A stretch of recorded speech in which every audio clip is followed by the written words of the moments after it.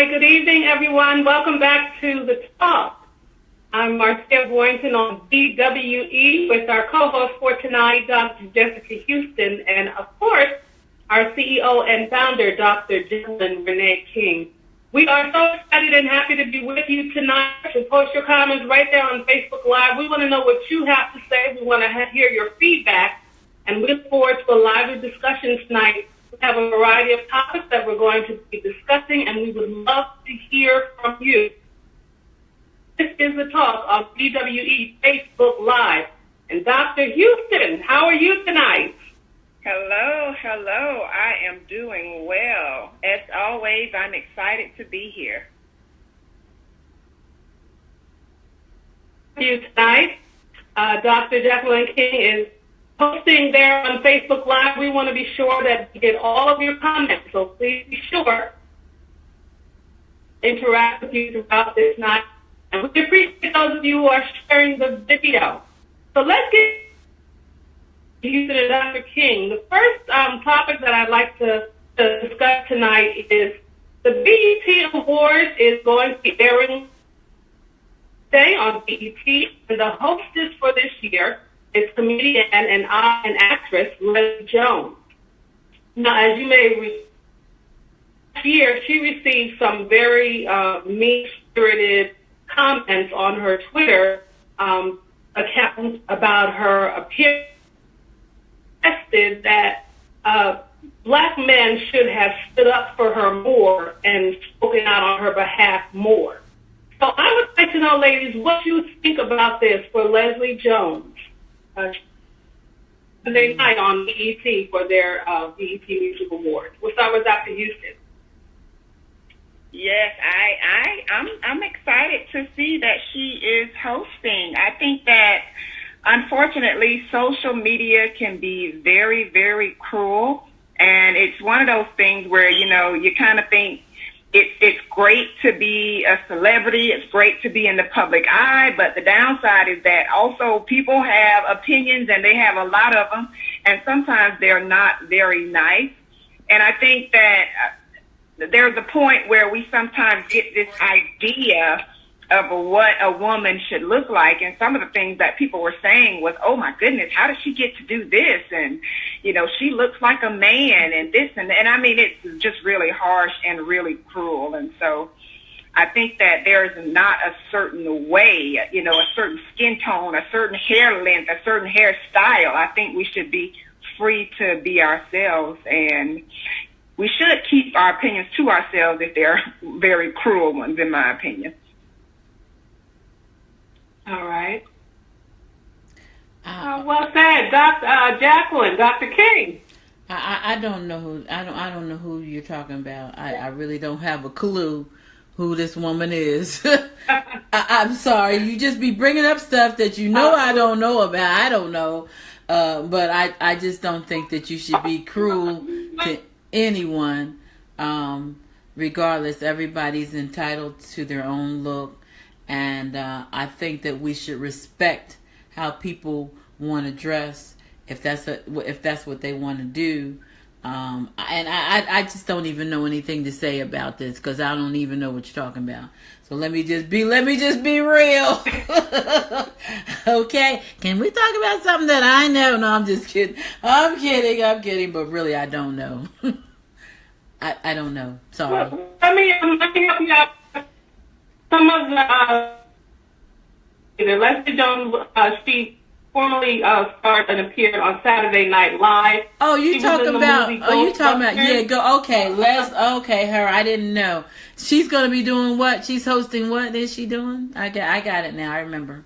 She's hosting the BET Music Awards this Sunday, and some of the comments were that African American men, black men, should have stood up for her more when those racist and offensive comments were being made about her. So, Jackie, what do you have to say? Well, I mean, I don't know that the African American man is responsible for defending her. I think that's a little far-fetched. I really do. Let's be real about it. I don't think that's their responsibility. If they felt it in their heart and they wanted to say something, it would have been genuine. You don't just come out and support somebody. You don't have opinion one way or the other. Why would you do that? So no, I can't say that all the African American men should have stood up for her. I can't say that. But I do say that they were very cruel to her on Twitter, and I didn't like it. I thought it was not nice, and I don't like the way she was treated because of her looks. But I don't agree that all the men should have stood up for her. No, I don't. Sorry. That's all right. You know me, I keep it 100%. Well, I don't want to give my feedback. Go ahead. Go ahead. Girl, you... I did agree that there should have been someone, because I think to at least defend her honor. The black men are just so powerful as a whole, and when they speak, people listen. I think been good for the honor of her as a woman, to have a man to stand up and to defend her and to say something. So I did agree. I don't think that every man, that it was every man's responsibility, but I certainly do agree that there should, it would have helped behind her a male voice and to stand up and to defend the honor of a black woman. I do agree that someone could have. Well, I think you speak what's in your heart. And if they didn't feel it, they just going to come out? I mean, I'm just being real. If they didn't feel it, will they just come out because she's a black woman? I don't think that that's being fair, and it's not being genuine. If you felt it, yeah, come out and speak it. But if you didn't feel it, you just didn't feel it. Okay. All right, well, we would love to know what you think on Facebook Live. I'm looking to see what comments we have tonight. We want to hear from you. And the black men that are on, you're still breaking up a little, Marcia. I'm just going to tell you. The black men that are on, tell us what you think. Do you feel like that it was your responsibility to defend Leslie? We'd like to hear from you because we do have some men. Mark Washington, I see you there. What do you think?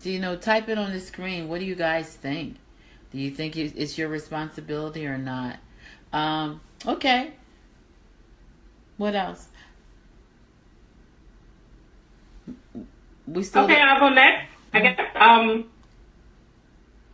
Our next topic, Griffin. Now, she is a comedian as well. She's a Caucasian woman. She did a series on TV called My Life on the List. We were seen with a separate tag of 45, and for that, her engagements have been canceled. A lot of people did come out and say that they thought that it was in poor taste, even after I went too far. Okay, Marcia, are you on speaker? Wait a minute, hold on. Are you on speaker? Because we're only hearing like every other word. Do you have the speaker on? No, I don't. Okay, because we're hearing we're not getting your whole message because every other word is going out. I don't know what's going on there. Okay, Dr. Heath, why don't you go and I'll check out my phone. Sure, it's correct. Okay, all right. Let's see. I've got a couple things here. One is one that I found interesting. So this one is two basketball coaches from, and I probably am not saying this correctly, but it's Tishomingo High School in Oklahoma, were fired after they drove a bus owned by the school to purchase alcohol in Tulsa, Oklahoma.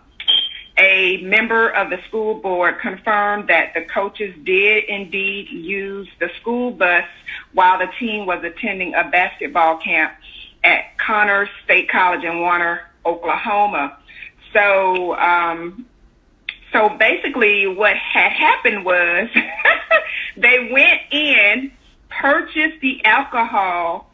The school system would not have known, but the clerk at the store actually informed the school board that they came in and made the purchase. So the school board didn't even really find out until a day after the incident had happened.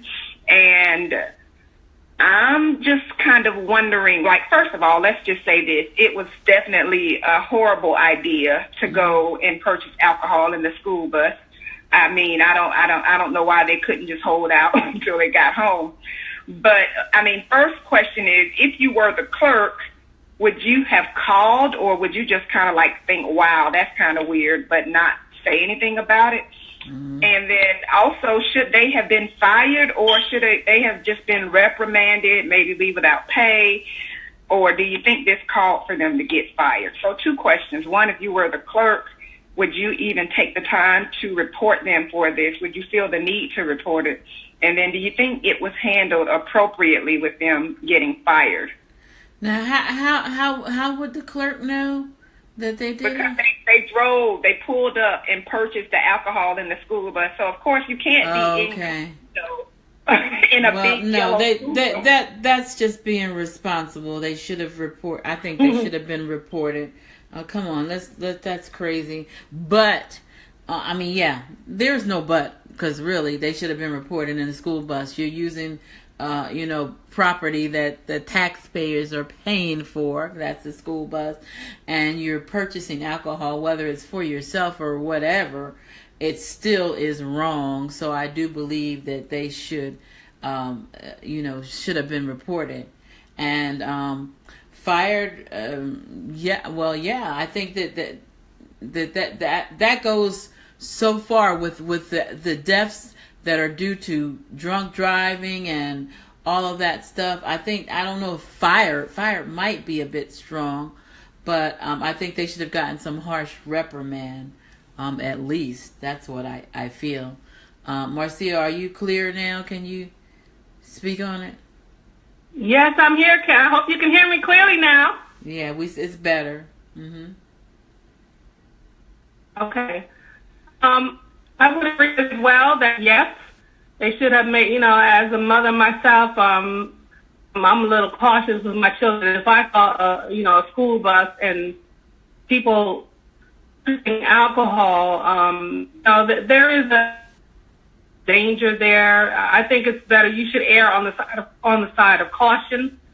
And certainly, I would appreciate as a parent if that were my child on the school bus and someone had made that decision. Mm-hmm, so, and again, it is the taxpayers' money. So, yeah, I agree as well. Yes, that definitely have been made. Yeah, let me clarify that, Marcia. The kids were not on the bus. The kids were at a camp, but the two were not on the bus together and drove to purchase the alcohol. Mm-hmm. But they were driving the school bus when they went to purchase the alcohol. Mm-hmm.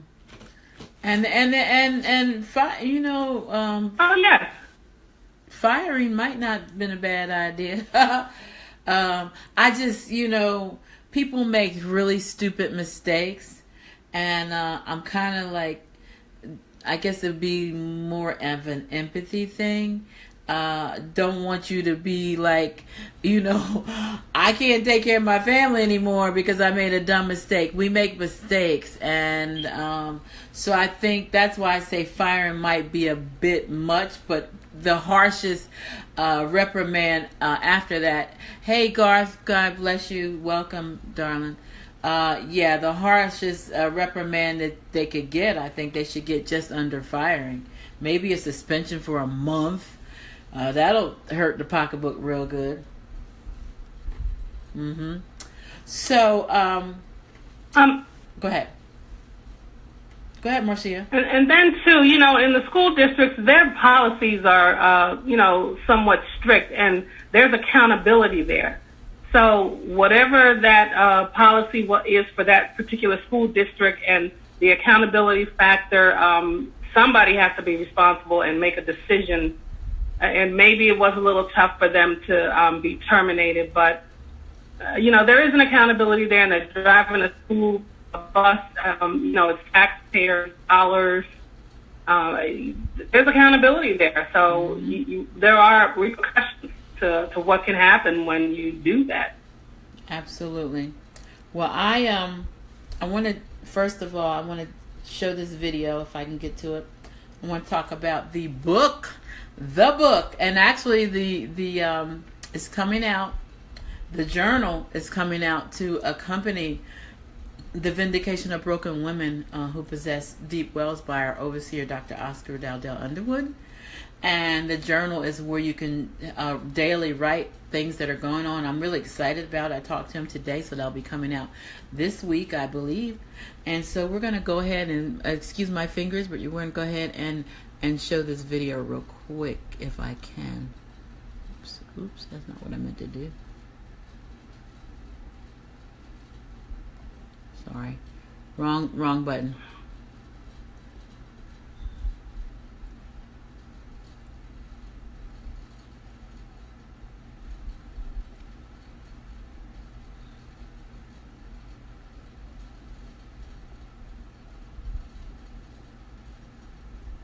Hopefully this will work.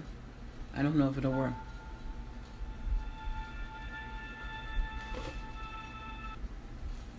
It's buffering, guys. I'm sorry.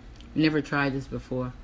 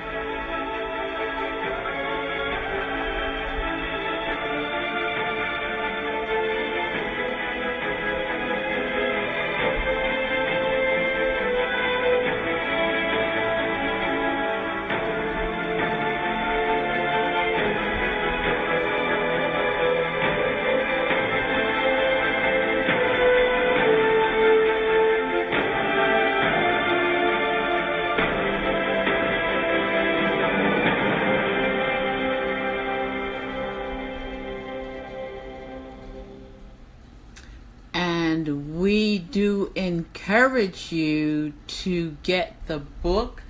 It is so powerful. Women, all of us have gone through some things, and what did we lose, Marcia? You looked like we did. Our screen from our end, it went black, so maybe she thought you disconnected somehow. Okay, sorry about that. But anyway, the book is amazing, and really, he's talking about the Samaritan woman principles and how the Samaritan woman, although she had greatness in her, she was treated horribly because of the things that she did. Like we do, some of us make mistakes, and the people can be so cruel and unforgiving. So it is a blessing. I encourage you to get the book. And it will bless you tremendously. That is The Vindication of Broken Women Who Possess Deep Wells of Samaritan Women Principles with our overseer, Dr. Oscar Dowdell Underwood. All right, let's resume where we were at. I have an article, and it was about what did you think about the Alton Sterling verdict, Jessica? The fact Marcia came back and then she disappeared. What did you think about the fact that the police officer got off? Yeah, I think unfortunately I think it's lost its shock value for me because it's happened so many times that initially, I think the toughest one for me was Trayvon Martin, but then it just, I thought, okay, this can't possibly happen again. Right. And then it just happened over and over and over. And now it's like, okay, basically what we're getting is that if you are in law enforcement, you have permission to, take someone's life, and you're not held to the same standard as someone who is not in uniform. So I think that's just kind of. It's really sad because people don't like the name Black Lives Matter, but the reality is it doesn't appear that we do. Because over and over again, it seems like a police officer or law enforcement officer can say, "I fear for my life," and that makes everything fine. Well, you took this job and you knew that you would have to come up with situations like this. So now everything is, "I fear for my life, I fear for my life, and I can kill you." And then they get off. Well, that could be any of us. It doesn't have to be these black men. I don't carry a weapon, but a lot of women carry a concealed weapon, and so if you say the young man said, I have a right to carry, and I have a concealed weapon, he let him know up front, which is what they say you should do, and you do that, and then they kill you. That's just wrong. I'm sorry. And I'll say this, just in my area, we just had 2 white inmates. They actually escaped a prison that's, I'm thinking it's maybe an hour away from me, I'm not sure, but but they literally killed 2 of the guards, and they were found in another state, and they were not killed. They were brought back into prison, and they actually killed 2 security officers. Really? Yeah. It's just I'm just telling you. It's just it's and what my question is, why are you not why don't you hear anything about any white men being treated like this? I don't hear anything. Do you? I've never. Have you? I have not, and from what I've heard speaking with police officers is that, well, and some of the ones that I've spoken with have said that they do have this kind of idea of who is a threat and who isn't, and unfortunately, black males appear to be a threat. Whether they are actually a threat or not, they just appear to be a threat. And so I believe it's really sad. And I don't have a son, but I couldn't imagine having a son, especially a teenage son. And, they want to go out and be with friends and go to the store. And it's like you really have to keep a firm grip on them because, the police officer can think they're doing something when they really aren't doing anything but being kids. And so, even saying listen and hold your arms. There are so many things that people out think that they've done the right thing and they still had their lives taken. So really, what can you say to prevent this from happening? What can they do? I have a son and I have 2 grandsons, and I'm really, really concerned with this.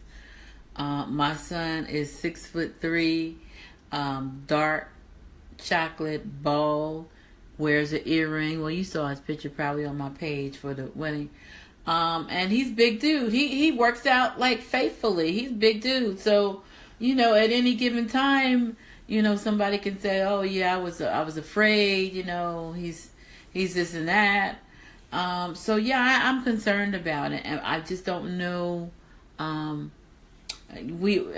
Dorothy, you're right. We always pray. Praying is definitely, we definitely have to cover them in prayer, and we know they're covered by the blood. But the point is, I just think that it's just gotten so out of control that people are just, I don't know, people are just completely disgusted without knowing where to turn or what to do. Who is it that we can trust at this point? So I know. Look, I'm about to praying woman that you'll ever meet, because I do. I pray all the time. I pray if I lose my keys, I'm praying. I'm serious. But right is right. Let's we want what's right for our kids, just like everybody else. Just because we are of a different race, we want the same thing. We want to go to work. We want to make money. We want to have a good life. Same thing that everybody else. Welcome back, Marcia. So we're talking about the case where Sterling got, the person that killed him got off, and I wanted to know what your opinion was on that, Marcia.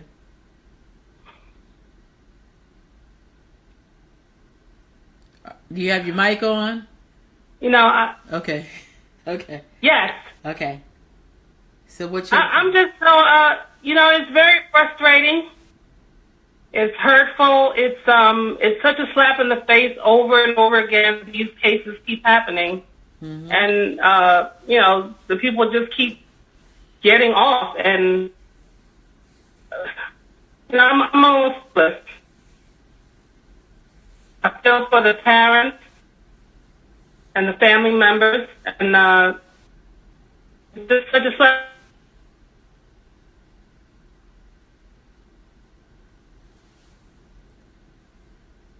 Yeah, well, you froze up or something again. I'm not sure what's going on because you were fine last week. Not sure what's going on with your phone or your reception, but we're not hearing everything that you say. So let's go on, Jessica. What else you got?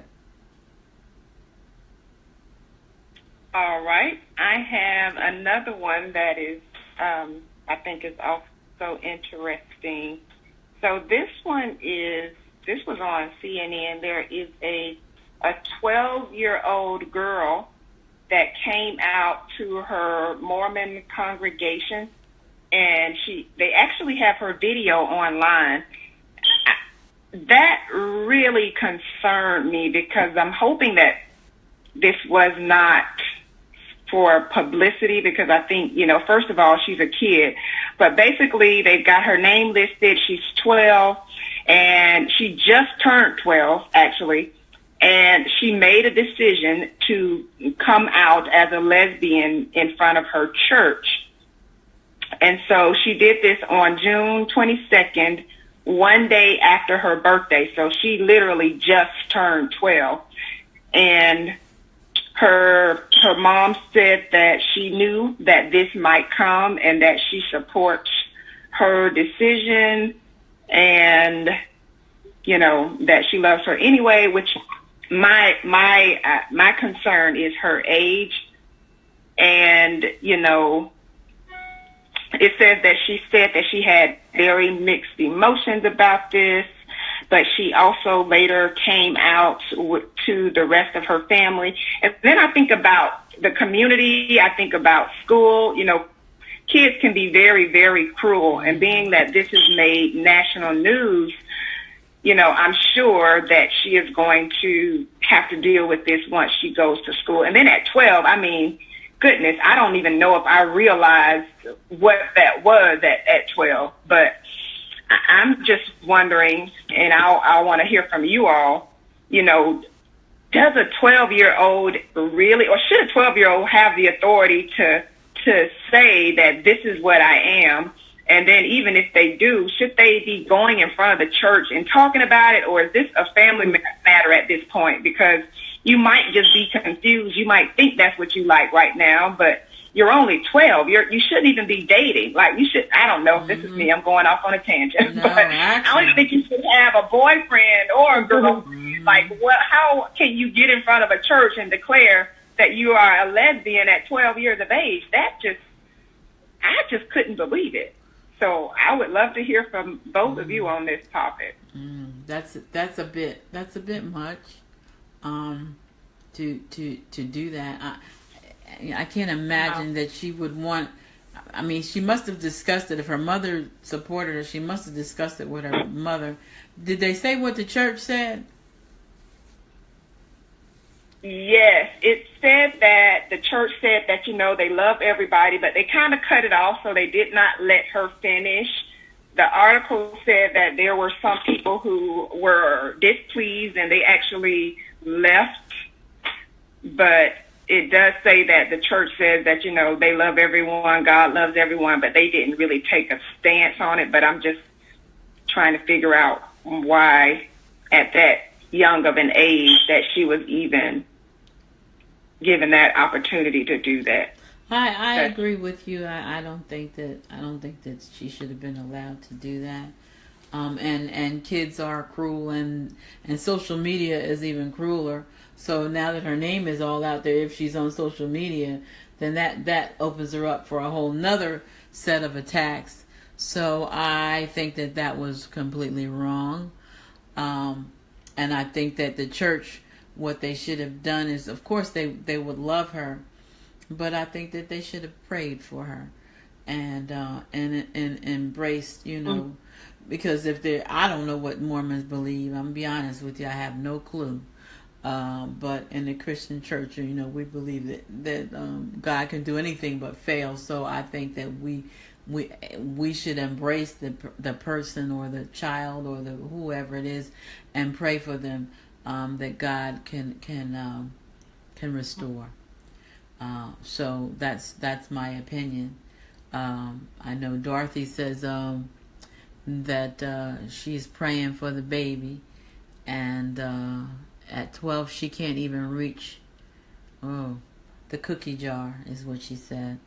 I see you, Dorothy. Marcia, do you have an opinion? I do. I hope you can hear me. Yeah, we can hear you for now. Can you hear me okay? Uh-huh. Yes, we can now. You can, okay. Thank God. Praise God.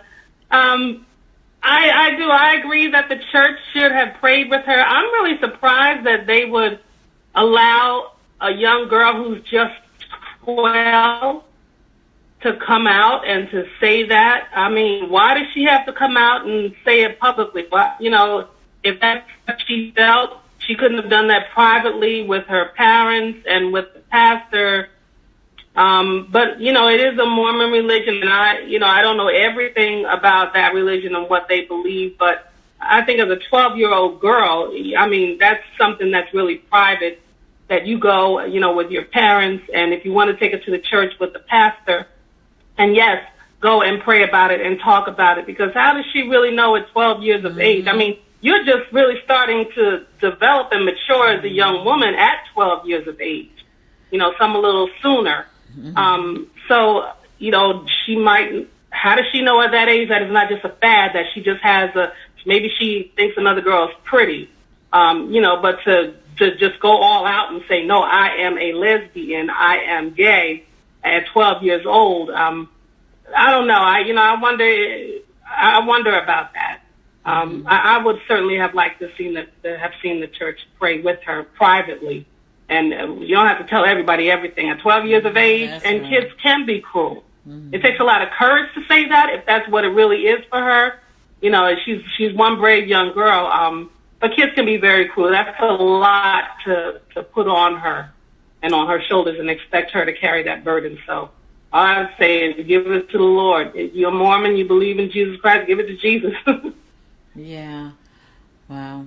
I want to bring up this article that's on Huffington Post. It says the face of HIV in Black America is far too young.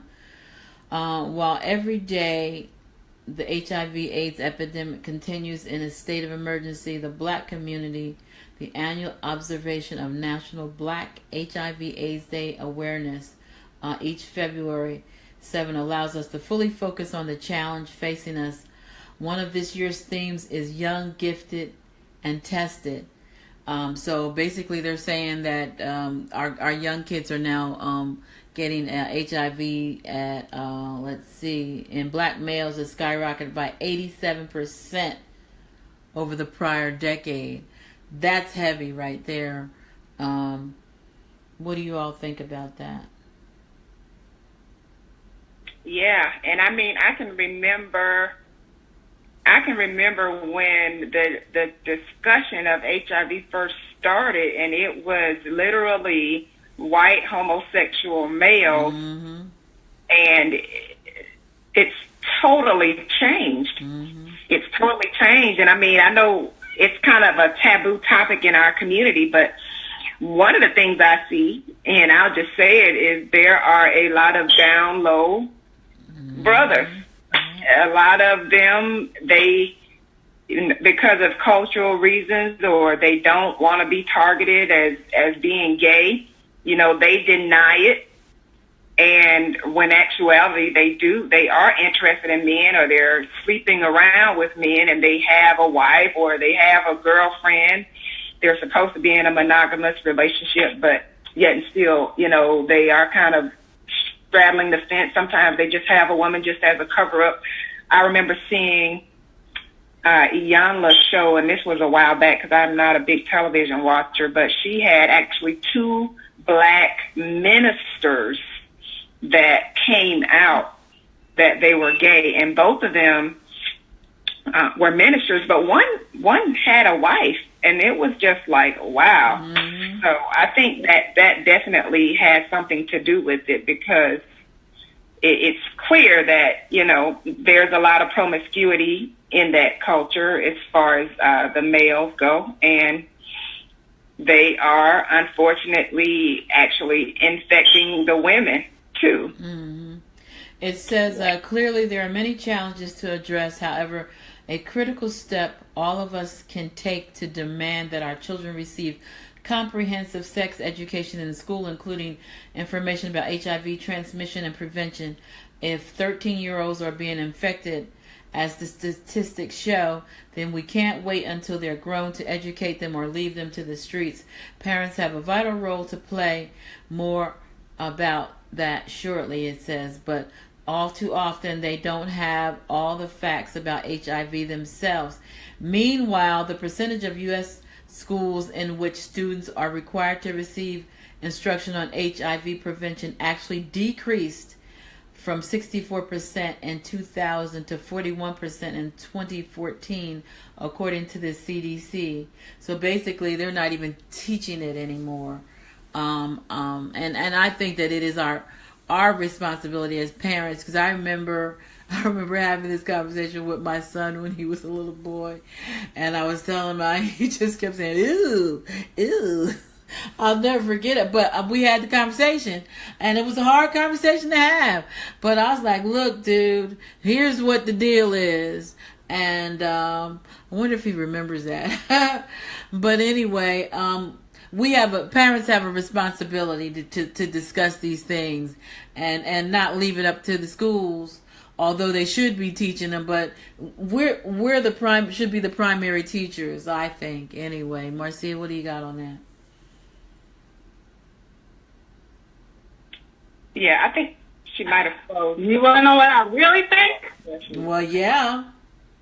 Can y'all hear me? We can hear you. Do you want to know what I really think? Well, yeah. When it comes to, diseases and the African American community, and blacks are more susceptible to this disease, or African Americans, suffer from that disease more than any other race, I'm always a little suspicious. Forgive me. I still remember the days of the Tuskegee experiment and how things are manufactured, and why it is that every time there's a disease or an outbreak or anything, it always affects the African American community more than any other race, than any other community. So I think, with that information that you shared, yes, we do need to educate our children and not just depend on the schools. And I think we also need to pray and to just be prayerful about our men and about and there are, like Dr. Houston said, some brothers are on the down low, and that can be a consequence of, of sexual activity. I mean, you can catch an STD, having sexual relations, a male and a female.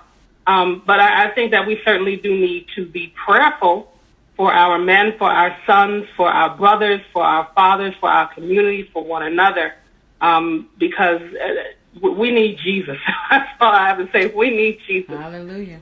We need you. Yeah, I would like to add another comment to that, actually, too. One is another issue when you see these teens contracting HIV, 9 times out of 10, they are dealing with an older man, an older woman. So they are dealing with people who are already seasoned, and they're just head over. And they are setting themselves up, not even realizing that you are dealing with someone who is experienced, and you are literally, going to end up ending your life early, or you're not going to be able to have kids and all of that because you are jumping into sex too soon. And another thing is, I think parents sometimes they get really afraid, and so they say, don't do it. And then that is not sexual education. I'm sorry. Don't do it is not enough. Like, I don't care if they get grossed out, if they puke. Like, they need to know, look, show them a picture. This is what happens. It might fall off. Like, really. They need to know because they think, oh, she's just old. She don't know. Doesn't want me to do it. But no, they need to know. Like, look, do not play with this. This is serious. Yeah, you're right. You're right. And you can show pictures of someone that has contracted and full blown AIDS and all of that stuff. Not Magic Johnson, because he looked real healthy to me. No, I'm just kidding. I'm just kidding with y'all, but he do look healthy though. But anyway, yeah, we have to really take matters into our own hands, and be responsible parents. That we can't let the kids be raised by the streets or the teachers. They are our kids and they are our responsibility, and that's just the way it is. Real quick, I just saw this article. It says Donald Trump will not strain the swamp; he will segregate it. Now, the reason I'm bringing that up is because my mother used to tell me. She went to school when it was segregated, and my dad too, saying that when it was all black school, we did better. This is what they tell me. Have you guys ever heard that? We did better as I don't know if it's true, but we were smarter. We felt more of a connection and a belonging. So do you guys think that if we went back to segregated schools, that would work? I just want to know your opinion. That's a good question. I caught you off guard. Jessica ain't saying nothing. What? No, I said no. I don't think so. I think my mom. I didn't get to experience that. My mom said she enjoyed it. Even their bus drivers were black. Like, she said she loved it. But my thing is, the truth is, in this society, if we did that, our schools would not have the best of the best. They would get, because what they were getting back then, to my understanding, is like the old stuff. The technology wouldn't be there. I don't know that the funding would be equal. That would be my concern, even beyond them not being socialized to interact, because in this nation right here, you are bound to mingle, whether you are racist or not. You got to interact with people from other races. So I think they're gonna have to learn how to do that. But I really just think they would be shortchanged if everybody who was black or minority went to this school. I can't say that they would equally distribute the funding. I don't think that would happen. Betty Jackson says no, and Sandra Jones says yes. Yes, we did, very much so. So we have two opinions. Anyone else on Facebook have an opinion if we should go back to segregated schools, or because I'm gonna tell you the reality is, and Marcia and I want to hear what Marcia said. Not actually, Dr. Underwood's school is not quite all blacks, but he has a couple of diverse students in there, but they do very well, don't they? Marcia, I will tell you what, those kids are on the ball. I'm thinking about sending my grandkids to Indiana. Okay, that's what I'm saying. Like, we saw the best because I've done that. Say what? I would move, and I have moved and change my residence in order for my children to go to the best school possible. But when I went to school, I went to a school as a young girl that was predominantly white, and then we moved into a neighborhood that was predominantly black. And I can't honestly say that one or the other was better, but what I can say is that when I moved to that school that was predominantly black, there definitely was more of a sense of community. And, well, this, back in the day, if you got out of line, the teacher would call your parent and you would be afraid, and the people kind of stuck together a bit more. And today, I think teachers are almost afraid to do anything to the students because they also have to deal with the parents who may or may not support the teachers in their role, especially if any discipline with the children is involved. So if we did have that, then that has to be understood from the door. Look, if your child is going to come here to this predominantly black school, we have discipline, we have rules, we have regulations, and this is what's expected. Because it couldn't be that we do this and then, people bring their kids to the school and think they can act any kind of way they want to act, because not every adult is going to put up with that. Not everyone is going to tolerate that. But I don't honestly think that we should do any kind of segregation because, this is America, and if we segregate the schools and teach our children that they should be segregated there, they finish school and they have to go into the workplace. Are we going to segregate the workplaces as well? So I think it could almost promote separatism and even racism if it's separate. But yes, I would love to send my grandkids off to Indiana to Dr. Underwood School. They were amazing. He does an amazing job. Look, before you start packing your stuff, they got a 2 or 3 year waiting list. I've already checked. So I know. I'll just let you know. Now, when I did my interview with Dr. Steve Perry, I don't know if you guys, I know, Marcia, you've checked it out. One of the things he said was, dealing with the attitude of the parents. And I remember specifically, he said this one woman said she was going to call NBC and CBS and report them to all these people. And he said, wait a minute, sister. He said, you are not going to keep threatening me. you got to put down that gavel. Look. Yes. Okay, so we're trying to work to help your child. So you either work with me or you take your child somewhere else. That's right. That's what I say.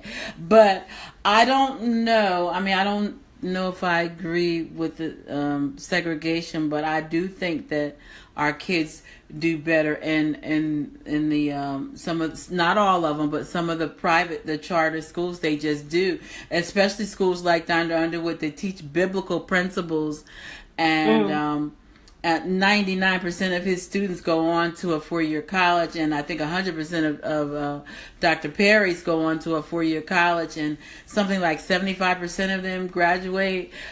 Those are numbers that are you can't change those numbers. So maybe it's not segregation, but we have got to do something better to save our kids. Hello, Cheryl Beecher. God bless you, and thank you for joining us. We got to do something else, because what's going on right now is not working. Dr. Roma Benjamin, who was on our ministerial team, was saying that she was the highest paid principal in Harrisburg, PA. She knows everything about education. She said our kids are graduating, they can't read. I just can't even, I don't even know anybody that graduated and couldn't read. But she said that's what's going on now. This is bad. This is really, really, really bad. So we got to come up with a solution. Segregation might not be it, but we got to come up with something. And Dr. Houston, you came out of education, so what do you say? Yeah, a lot of it, if I can be totally honest, and I worked in a predominantly African American school system and a predominantly Caucasian school system. And all of them have, issues. I'm not going to say that, but I do see that the school system that had the predominantly African American kids, there was a lot of focus on discipline, and it just took away from education. And it's not to say the other district, they had their discipline issues too. And in fact, it was really unfair against the African Americans at times, because it's like, oh, zero tolerance, you're out, alternative school, and you're expelled. So they had zero tolerance because they were focused on academics and making sure that they passed these tests and the graduation tests. And but then in the schools where discipline is a problem, I mean, we can't say that it does not take away from learning. And I'm willing to bet that the schools that you just mentioned, they have structure, and they are not going to spend 70% of their time fussing about, hey, you need to behave, you need to stop cursing people out, stop fighting, stop throwing up gang signs. Like, they're not dealing with that there. I'm willing to bet they're not dealing with that. So, I mean, we've got to get a grip on the behavior so that they can be able to sit down without being interrupted due to students misbehaving. And I saw that a lot. Even, smart kids saying, look, I can't even listen because the teacher has lost control. And there are just things like that I don't think happen in schools where they have more structure. So that's just my 2 cents. Marcia? Did Marcia freeze on us again? I would absolutely agree with. Okay, go ahead. No, I'm here. Okay. Yeah. I would agree with everything. Can you hear me? Yeah, we got you. Okay, I would agree with everything that you said. My youngest daughter, she went to an HBCU, and the university president was very open with us, and she shared with us that her university did not get the funding that other major universities received. So there were a lot of issues with the school. And some of those we overlooked because it was an HBCU and we want to support it, and she wanted to attend there. And it was disheartening because I hope that those schools, historically black colleges and universities aren't a dying breed, that they're not, dying off. Because the education that she received there and the support that she received there and the mentoring that she received there, the guidance, the principles that she received there were outstanding. But a lot of people can come to the colleges and they have, antiquated computers or technology, and they don't want to invest their money and their time in a school that's not up to date. But I can say that the community and the support and the encouragement that she received there was outstanding and incredible, and I support those schools very much. But I understand what you're saying about the discipline factor and how, you kind of think, oh, my God, some African-American kids is going to be trouble. Let's brace ourselves. But, we also have to love and to support and to nurture and give the kids a chance and not just pin that stereotype on them that because they're African-American, there's going to be some kind of trouble. Our kids are hungry and thirsty and, looking for a chance and an opportunity to do well, and they should have the same expectations of success and of greatness and of excellence that anyone else has. We should expect our kids to excel and to do well. So that's what I have to say about it. Well, one of the things, having a diversity background and actually working, going into the Newark public schools, where only 35% of their students even graduate from college. One of the things that I do understand is that when we have schools where there are a lot of white teachers, they can't experience what we experience as black people. So they're not going to be understanding that the child has parents that are on crack cocaine or an abusive, a father that comes home and beats the mother every day, and the mother's working 5 jobs. All that stuff, that none of that matters. All they want is, I need to teach you, you need to learn. And so what I see in a black school is that they tend to nurture our kids better. because they understand. They come from a place where they can understand. And I'm not saying to go to segregation, but what I'm saying is we need to educate the teachers, all of them, all races, on diversity and break. You can't use a cookie cutter method to teach the kids. It's not going to work, because one kid might just need some love and a hug, and the other kid might just, hardcore. All I want to do is get my work done. I'm a straight A student. So no, I think that there's two things that need to happen. We need to continue to have schools like Cornerstone Prep and I can't think of Dr. Perry's school right now, but we need to continue to have schools like that, because every school is not going to work for every child. Some kids need private schools, some kids can thrive in public schools, but if you're going to public schools, you need teachers that can understand all students. The Latino, the Asian, the Black, they need to understand everything, and if they're not doing that, they are failing our kids. And Dr. Perry School is Capital Prep. Yes, it is. I was drawing a blank. And he just opened up one in Harlem with P. Diddy not too long ago. But that's my opinion, and we really do need to take this serious, because our kids are graduating and can't read. Man, that breaks my heart. That breaks my heart. Yeah. You can't do anything without reading, huh? And I was going to say, too, a lot of times they don't want to invest in support staff like social workers and school counselors that can help with the behaviors and getting the resources that they need so that they can focus. So then that's a totally different topic. Well, I'm big on the mental illness, and there's so much depression. We don't talk about it. Our kids are depressed. Just like adults are depressed, they go through the same stuff. So, but anyway, it is 9:57. Where did the time go? Cheryl, time flew. Yes, that's right, Cheryl. Cheryl says so true. I didn't get the help until they landed in. They didn't get the help until they landed in juvenile detention. And let me tell you, once they're there, they're most of the time they're locked up in that system for not even life, if not life, for a long time. That follows them. Because I told the students in Newark when I used to go do presentations, and they would cut up. I'd go in there and they'd be cut up and throwing spitballs. And I said, let me tell you something. Let me tell you about this. You can do crazy stuff now, but you think once you get into the workforce that it's going to go away. It's not. They say 7 years. That stuff is still sticking with you. You stole a car, you did this, it is going way past 7 years. That's what I'm understanding. So why put yourself in that situation? You might be having fun now, but you're going to pay dearly later on. Anyway, we're going to wrap up. Either one of you, we don't really have a time limit. Any one of you have something burning that you want to talk about?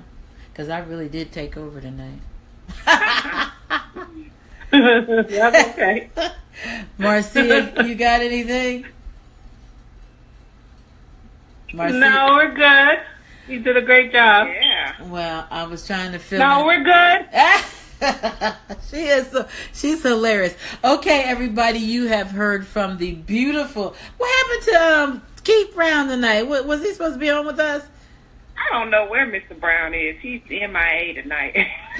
I'm gonna beat him. Okay, you have been speaking with the lovely Dr. Jessica Houston, the lovely Elder Chaplain Marcia Boynton, and myself, Dr. Jacqueline King. We have enjoyed you, and we will be back, God willing, next Tuesday. Hey, I need you guys to spread the word that BWE, the talk, is hot. And we are on every week at 9 p.m. Eastern Standard. Hot. 9 p.m. Eastern Standard Time. We spread the word on your social media sites. Share this broadcast. And for those of you who have already shared it, we thank you. We love you. God bless you. Tomorrow morning, 5:30 a.m. prayer with Pastor Sharon Bush. I hope to see you there. God bless. Good night.